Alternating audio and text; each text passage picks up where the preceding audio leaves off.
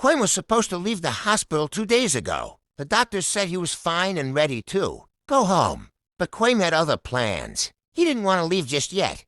You see, Kwame had discovered something he liked more than the medicine. It was the care and kindness of his night nurse.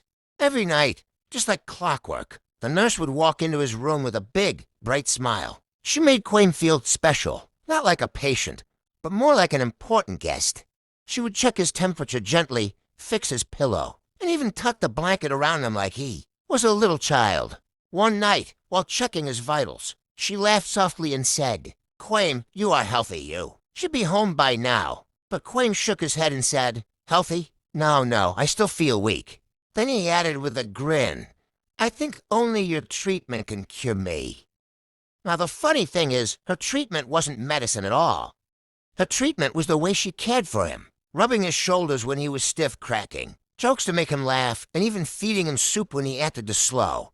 Sometimes she would hum a little tune while working, as if the hospital was her own stage. One night in Kwame's dream, he saw her night nurse as an angel and kissed her. The nurse checks Kwame's health for the second time and realizes that Kwame is no longer ill. Kwame decides to cough to prove to the night nurse that he still needs more care. The other nurses discovered that Kwame is in love with her. Night nurse treatment, so Kwame laughed, because that's the truth.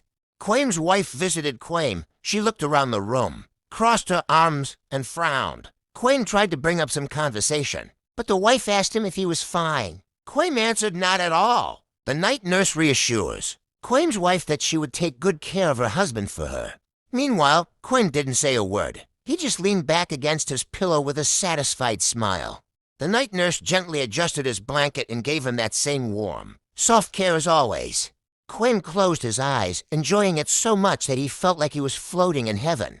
And in his heart, he whispered to himself, "If I had to define who a woman is, it would be no other person than my night nurse."